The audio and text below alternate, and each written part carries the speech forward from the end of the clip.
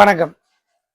11,000க்கும் மேற்பட்ட அரசு வங்கி பணிக்கான தேர்வை அறிவிச்சிருக்காங்க. அதாவது பார்த்தீங்கன்னா ஐபிபிஎஸ் இந்த அமைப்பு பார்த்தீங்கன்னா வங்கிக்கான தேர்வை நடத்துது. முன்னாடியெல்லாம் பார்த்தீங்கன்னா அரசுடைமையாக்கப்பட்ட வங்கிகளில் தேர்வு அப்படின்னா தனித்தனியாக நடக்கும். நம்ம வந்து தனித்தனியாக பேமெண்ட் பண்ணுற மாதிரி இருக்கும்.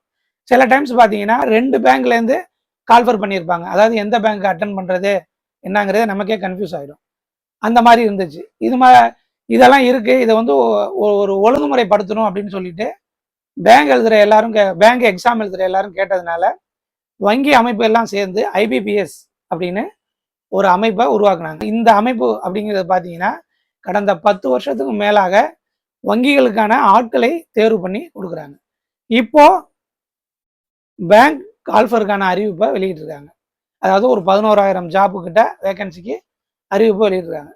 எந்தெந்த பேங்க் அப்படின்னு பார்த்தீங்கன்னா Bank of Baroda, Bank of India, Central Bank of India, Punjab National Bank, Punjab Sind Bank, UCO Bank, Bank of Maharashtra அப்படின்ட்டு ஒரு 11 பேங்குக்கான வேலைவாய்ப்புக்கு அறிவிப்பு வெளியிட்டிருக்காங்க. இதுக்கான ஏஜ் அப்படின்னு பார்த்தீங்கன்னா 20லேருந்து 28 வயசுக்குள்ளே இருக்கணும் அப்படின்ட்டு சொல்லியிருக்காங்க. இது ஒவ்வொரு பிரிவினருக்கும் ஏஜ் ரிலாக்ஸேஷன் கொடுத்துருக்காங்க. இப்போ எஸ்சி எஸ்டி பிரிவினர் அப்படின்னு பார்த்தீங்கன்னா 5 வருஷமும், ஓபிசி பிரிவினருக்கு 3 வருஷமும், மாற்றுத்திறனாளிக்கு 10 வருஷமும் கொடுத்துருக்காங்க. அதே மாதிரி பார்த்தீங்கன்னா விதவை பெண்கள் இல்லை விவாகரத்தான பெண்கள் இவங்களுக்கெல்லாம் பார்த்தீங்கன்னா 35லேருந்து 40 வயசு வரைக்குமான ஒரு ஏஜ் ரிலாக்ஸேஷனை கொடுத்துருக்காங்க. இதுக்கான மினிமம் குவாலிஃபிகேஷன் அப்படின்னு பார்த்தீங்கன்னா டிகிரி நீங்கள் முடிச்சிருக்கணும். இந்த எக்ஸாம் அப்படின்னு பார்த்தீங்கன்னா ஒரு 2 விதமாக நடக்கும். ஒன்று வந்து பார்த்தீங்கன்னா ப்ரிலிமினரி எக்ஸாம், 2வது மெயின் எக்ஸாம் அப்படின்ட்டு. ப்ரிலிமினரி எக்ஸாம் அப்படின்னு பார்த்தீங்கன்னா ஒரு 100 மார்க்குக்கு எக்ஸாம் நடக்கும். இந்த 100 மார்க்கில் பார்த்தீங்கன்னா உங்களுக்கு இங்கிலீஷ் லாங்குவேஜ் அப்படின்னு பார்த்தீங்கன்னா அதில் வந்து ஒரு 30 மார்க் கேள்வி கேட்பாங்க. அடுத்து நியூமெரிக்கல் எபிலிட்டி இதில் வந்து ஒரு 35 மார்க்குக்கு கேள்வி கேட்பாங்க. அடுத்து ரீசனிங் எபிலிட்டி இதுக்கு வந்து பார்த்தீங்கன்னா ஒரு 35 மார்க்குக்கு கேள்வி கேட்பாங்க.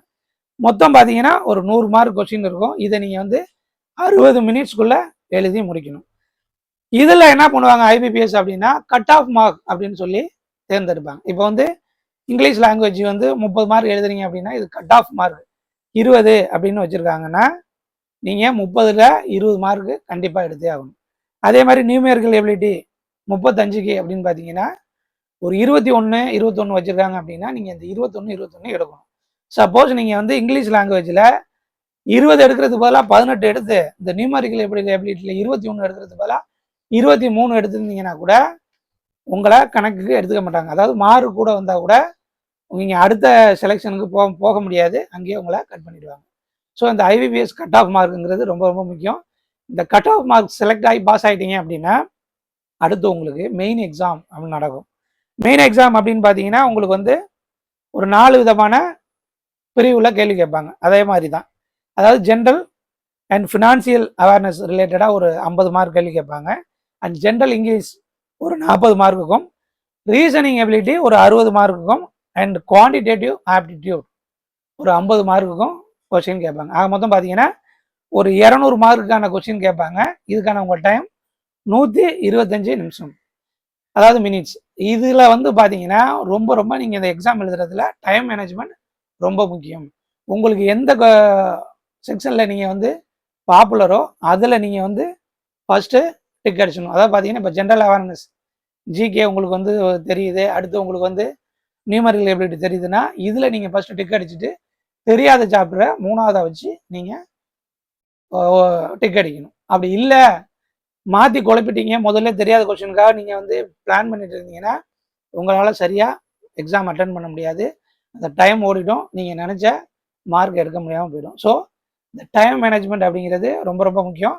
இதை வந்து கண்டினியூஸாக ப்ராக்டிஸ் எடுத்துக்கோங்க.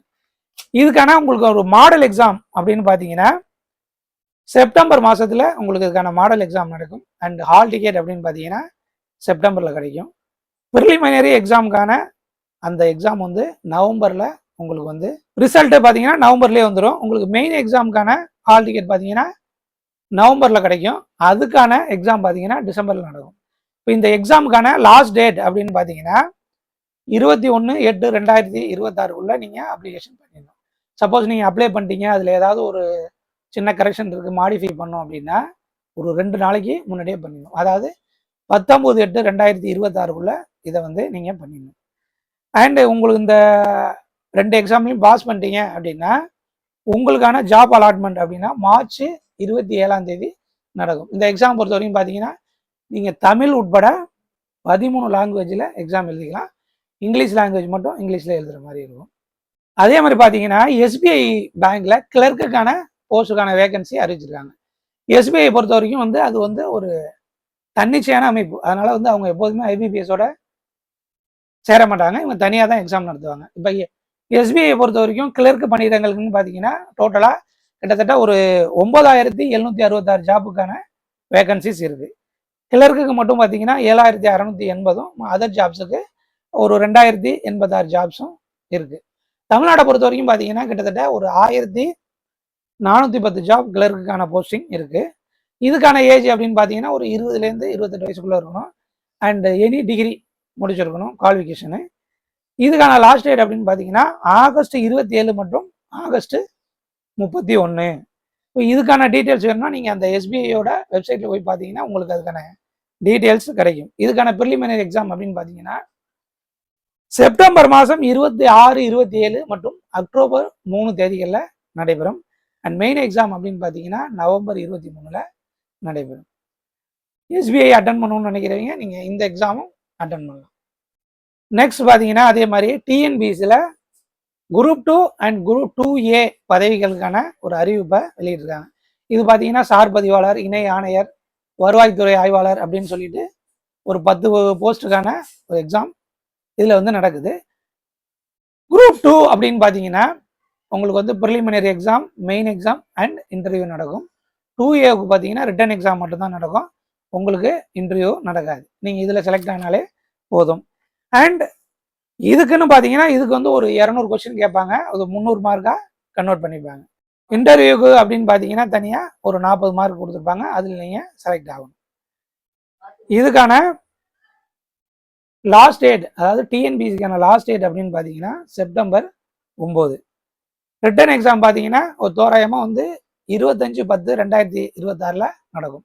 இது பார்த்தீங்கன்னா மேலும் டீட்டெயில்ஸ் வேணும்னா நீங்கள் வந்து டிஎன்பிஎஸ்சியோட வெப்சைட்டில் போய் செக் பண்ணிங்கன்னா உங்களுக்கு டீட்டெயில்ஸ் கிடைக்கும். நீங்கள் இப்போ கூட இதுக்கு அப்ளை பண்ணலாம். கடைசியாக பார்த்தீங்க அப்படின்னு பார்த்தீங்கன்னா ஆர்மியோட டிஃபென்ஸ் டிபார்ட்மெண்ட் ஒரு வேலைவாய்ப்பை அறிவிப்பை வெளியிட்டிருக்காங்க. அதாவது இதில் பார்த்தீங்கன்னா கிட்டத்தட்ட 2600க்கும் மேற்பட்ட ஜாப்ஸ் அவைலபிளாக இருக்குது. அதாவது ஃபயர்மேன், அடுத்து பார்த்தீங்கன்னா junior office assistant and staff, அப்புறம் பார்த்தீங்கன்னா மெட்டீரியல் அசிஸ்டண்ட் அப்படின்ட்டு இதுக்கான ஜாப்ஸ் பார்த்தீங்கன்னா கிட்டத்தட்ட 1700க்கு மேலே இருக்குது. டோட்டலாக பார்த்தீங்கன்னா 2200 ஜாப் கிட்ட வேகன்சி சொல்லியிருக்காங்க. இதுக்கு பார்த்தீங்கன்னா நீங்கள் வந்து 10th 12th ஐடிஐ முடிச்சிருந்தா போதும். அந்த பிரிவுக்கு தகுந்த மாதிரி பார்த்து நீங்கள் அப்ளை பண்ணிக்கலாம். இதுக்கான அப்ளிகேஷன் எப்போ ஸ்டார்ட் ஆகுது அப்படின்னு பார்த்தீங்கன்னா ஆகஸ்ட் 24லேருந்து ஸ்டார்ட் ஆகுது. செப்டம்பர் 22க்குள்ளே நீங்கள் அப்ளை பண்ணிடணும். ஸோ இது எல்லாமே கவர்மெண்ட் ஜாப்ஸ். கவர்மெண்ட் ஜாப் வேலைக்கு யார் யார் போகணும்னு ஆசைப்படுறீங்களோ எல்லாருமே எழுதுங்க, பாஸ் பண்ணுங்க. தேர்வு எழுதக்கூடிய அனைவருக்கும் வாழ்த்துக்கள். நன்றி.